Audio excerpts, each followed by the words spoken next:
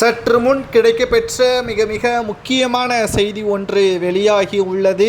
திராவிட முன்னேற்ற கழகத்தின் நீலகிரி எம்பி ராசா அவர்கள் மீதான சொத்து குவிப்பு வழக்கு நீதிமன்றம் உத்தரவை பிறப்பித்தது என்ற தகவலை நேற்று நாம் பார்த்திருந்தோம். இதற்கு மிக முக்கியமான காரணம் சிபிஐ துறை அதிகாரிகள்தான். உள்துறை அமைச்சர் அமித்ஷா அவர்கள் பல ஆதாரங்களை சிபிஐ துறை அதிகாரிகளுக்கு கொடுத்திருக்கிறார். இதன் மூலம் சிபிஐ துறை அதிகாரிகள் நீதிமன்றத்தில் அனைத்து ஆவணங்களையும் சமர்ப்பித்திருக்கிறார்கள். ஜூன் 30 இந்த வழக்கின் இறுதி தீர்ப்பு ராசாவிற்கு எதிராக அமைந்தால் 10 ஆண்டுகள் வரை சிறை தண்டனை கொடுக்கப்படலாம்.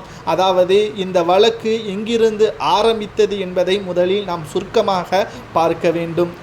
2011ஆம் ஆண்டு காலகட்டத்தின் பொழுது மத்திய அமைச்சராக ராசா அவர்கள் தொடர்ந்தார். டூஜி வழக்கு முறைகேட்டால் ராசா அவர்கள் தனது அமைச்சர் பதவியையும் ராஜினாமா செய்தார்.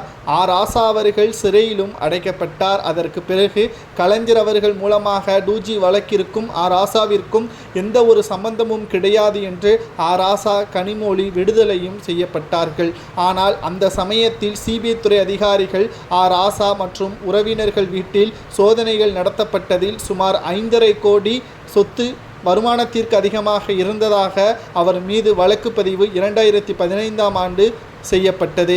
2015ஆம் ஆண்டிலிருந்து 2025ஆம் ஆண்டு வரை தொடர்ந்து விசாரணை நடைபெற்று கொண்டுதான் இருக்கிறது.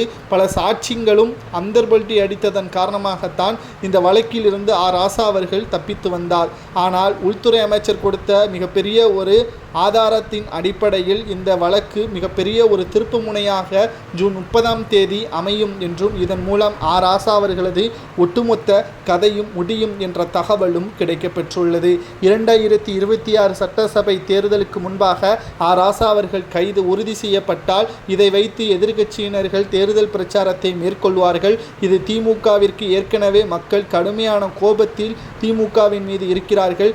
இதையும் ஆதாரமாக மக்கள் முன் வைத்து கொண்டால் ராசா அவர்கள் போன்றவர்களுக்கு வாய்ப்பளித்ததன் காரணமாகத்தான் அதிகாரத்தை பயன்படுத்தி சொத்துக்களை பெருக்குகிறார். இனியும் திமுக வேண்டாம் என்று மக்களிடம் எதிர்க்கட்சியினர்கள் பிரச்சாரத்தை மேற்கொள்வார்கள். இது ஒட்டுமொத்த திமுகவிற்கும் பாதிப்பை ஏற்படுத்தும். இந்த நிலையில்தான் ராசாவை எப்படியாவது காப்பாற்றுவதற்காக வடமாநிலத்திலிருந்து வழக்கறிஞரை விலைக்கும் வாங்கியுள்ளார் திமுகவின் தலைவர் கனிமொழி. இதற்கு மிக முக்கியமான பங்கு ஆற்றியுள்ளார் என்பதும் குறிப்பிடத்தக்கது. ராசாவை சிறையில் அடைப்பதற்கு ஒருபோதும் கனிமொழி துணிய மாட்டார். அவரை ஜாமீனில் எடுப்பதற்கு முயற்சி செய்து வருகிறார் கனிமொழி.